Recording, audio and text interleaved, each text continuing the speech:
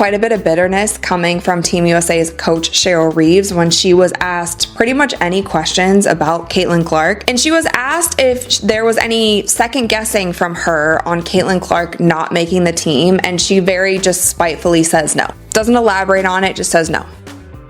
From me? Yeah. No. And it's funny to me how even she coached this game, because if you didn't think Caitlin Clark was the caliber of player that she is, then why would you feel the need to face guard her, to trap her, to... Trap her? More like unleash her. What happens when a championship caliber coach turns into a verbal firestorm with a clipboard? Chaos. Drama. Eye rolls for days. Cheryl Reeve didn't just clap back. She lit a match and tossed it straight into the WNBA discourse. Her recent takedown of All-Star... Finished watching the All-Star selection. I ain't never seen nothing like this before. Caitlin Clark is a menace, man. She literally kicked Cheryl Reeves off the team. This is my team. I don't... Yo, son. Cheryl Reeves, you asked for it. You asked for it. So now Sandy Brondello will be coaching Caitlin Clark's team, and Cheryl Reeves is going to be coaching the Fisa Collier team. This is insane right here. And it's like, yo, Cheryl Reeves, I get it. You have the best record in the WNBA so far. You want as many plays. Cheryl Reeve could solve world hunger and hand out Super Bowl rings, and there'd still be a crowd ready to say, nah, we're good. Because while she's got a point, her delivery feels like showing up with a fax machine to a Zoom call. She's got that old guard WNBA energy, like someone... Bruh, tell me y'all just saw Caitlin Clark destroy Cheryl Reeves on national TV. I know y'all saw free smoke, ayy, free smoke, ayy, free smoke, ayy, free smoke. Bruh, Caitlin Clark want all the smoke. Bruh, she just annihilated Cheryl Reeve on national television. Now she's stomping through press conferences like she just realized popularity contests exist. Welcome to the real world, Cheryl.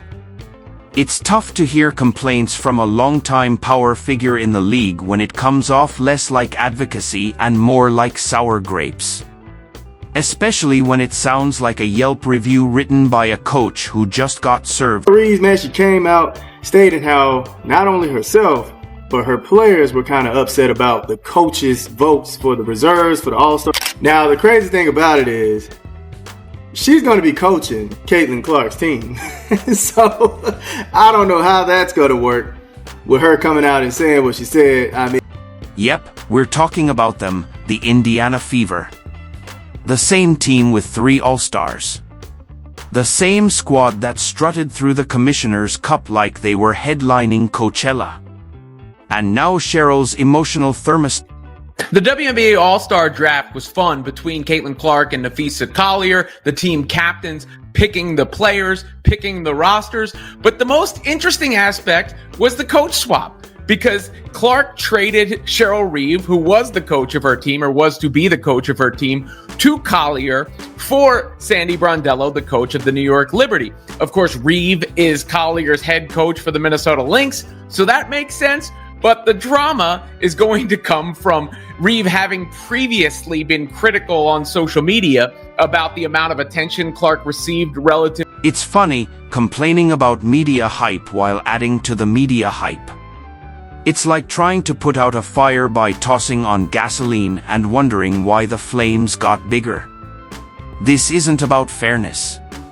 Cheryl's annoyed because, for years, the spotlight was pre-programmed to land on her team, her culture, her legacy.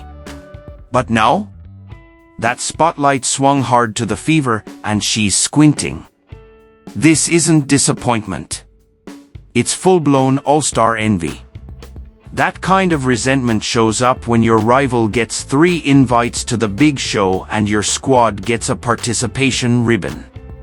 Now it's not about basketball, it's about algorithms, bias, justice, and whatever else sounds noble enough to tweet.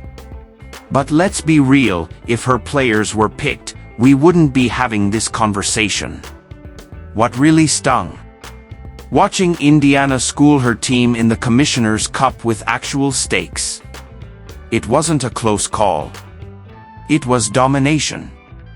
And that's what turned her frustration into a full-on salt factory. They're there.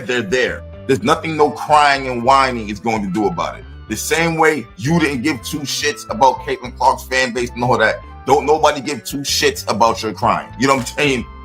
Like that, you're coaching Caitlin Clark's team. I don't understand why you had to make it a big deal and say, oh, well, this team's below us to have more plays and us, and it's disappointing. And like, what are you talking about? Like, you already kept her off the Olympics. Now you're going to complain about her having more teammates than your plays on the court. This team. And